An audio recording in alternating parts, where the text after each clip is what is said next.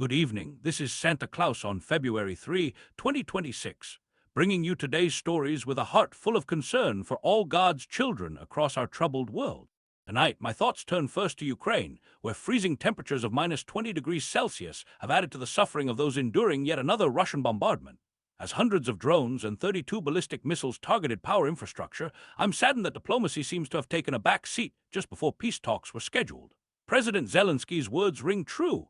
Using the coldest days of winter to terrorize people shows that compassion has been forgotten. Let us hold the Ukrainian people in our hearts, especially those 10 wounded souls and countless others shivering without heat or light. Speaking of this conflict, in Germany, authorities have uncovered a network allegedly supplying Russia's defense industry despite sanctions. 5 men were arrested near Lubeck for what appears to be a sophisticated operation worth over $35 million. How troubling that the machinery of war continues to be fed while ordinary people suffer. Meanwhile, across the globe, a moment of economic hope as President Trump announced tariff cuts on Indian imports from 50% to 18%. Though details remain sparse, markets rallied at this news.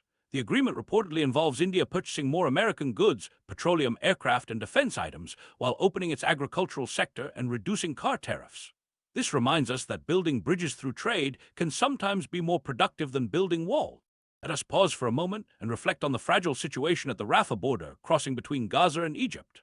Though reopened, only a small number of Palestinians were able to cross in each direction on the first day, far short of the 50 people officials had planned for. My heart aches for the tens of thousands awaiting medical treatment or hoping to return home. Even in times of ceasefire, the path to healing and reunion remains painfully narrow. In Syria, a significant development as the Syrian army entered Kurdish-held al-Hasakeh after a ceasefire deal that ended weeks of fighting.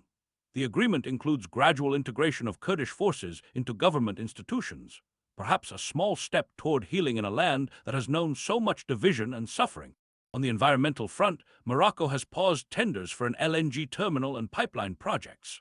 Though no reason was given, we know Morocco seeks to expand natural gas use while moving away from coal and toward renewable energy.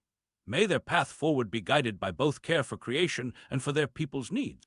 And now, a curious bit of news from China, where hidden car door handles, those that function through key fobs or phones, will be banned from 2027 due to safety concerns. Sometimes the smallest details in technology can affect our safety and well-being.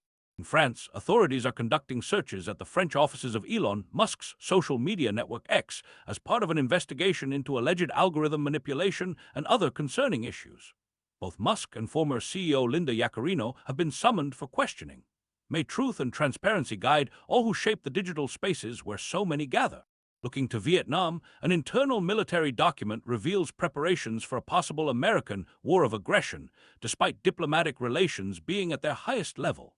This reminds us how fragile trust can be between nations and how important it is to build genuine bridges of peace rather than walls of suspicion. Warming my heart is news that Finland, my neighbor near the North Pole, is building icebreakers for the United States amid Arctic tensions.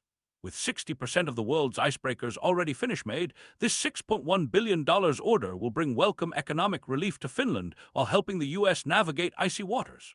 Even in geopolitics, we can find ways to help one another. In the Americas, U.S. President Trump will meet with Colombian President Gustavo Petro at the White House in what could be a pivotal moment for bilateral relations despite past heated exchanges. And in Costa Rica, conservative populist Laura Fernandez has won the presidency with a resounding first-round victory. May their leadership be guided by concern for the most vulnerable. As we reflect on all these developments, I'm reminded of Abraham Lincoln's actions on this day in 1865, when he met personally with Confederate representatives and offered pardons in exchange for ending the Civil War. Though his offer was rejected then, his spirit of reconciliation reminds us that even in our most divided moments, we must keep extending hands of peace and forgiveness. This is Santa Claus, wishing you a blessed evening filled with love for your neighbors near and far.